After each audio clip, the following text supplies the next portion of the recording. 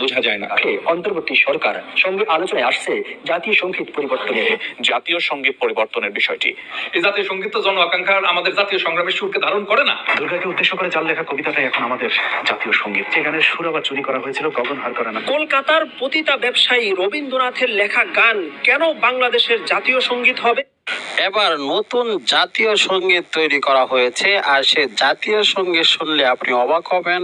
পূর্বের জাতীয় সঙ্গীত কেন বাদ দেওয়া হয়েছে সেই বিষয়ে দেখতে পারবেন পিনাকি ভট্টাচার্য এবং সাংবাদিক ইলিয়াস। তারা দুজনেই কঠিন বক্তব্য দিয়েছেন এবং গোপন তথ্য ফাঁস করে দিয়েছেন সেই জাতীয় সঙ্গীত কিভাবে এলো এবং সেই জাতীয় সঙ্গীত আমাদের মধ্যে কারা কারা চাপিয়ে দিয়েছে, এর পিছনে আসল রহস্য কি, সব বিস্তারিত তথ্য তুলে ধরেছেন। এবং নতুন জাতীয় সঙ্গীতটি এই ভিডিও শেষে রয়েছে, তাই না টেনে ভিডিওটি অত্যন্ত গুরুত্বপূর্ণ, একদম লাইক করে শেষ পর্যন্ত দেখতে থাকুন।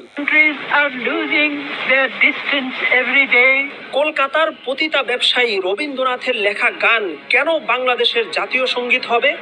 এ বিষয়ে এমন কিছু প্রশ্ন উত্থাপিত হয়েছে যেগুলোর উত্তর রবীন্দ্রনাথের অন্ধ অনুসারীদের কারো কাছেই নেই। 1905 সালে বঙ্গভঙ্গের মাধ্যমে স্বতন্ত্র বাংলাদেশ গঠনের যে সিদ্ধান্ত হয়, সেই স্বতন্ত্র বাংলাদেশের বিরোধিতা করে যে গান লেখা হয়েছে সেটা কিভাবে বাংলাদেশের জাতীয় সঙ্গীত হয়?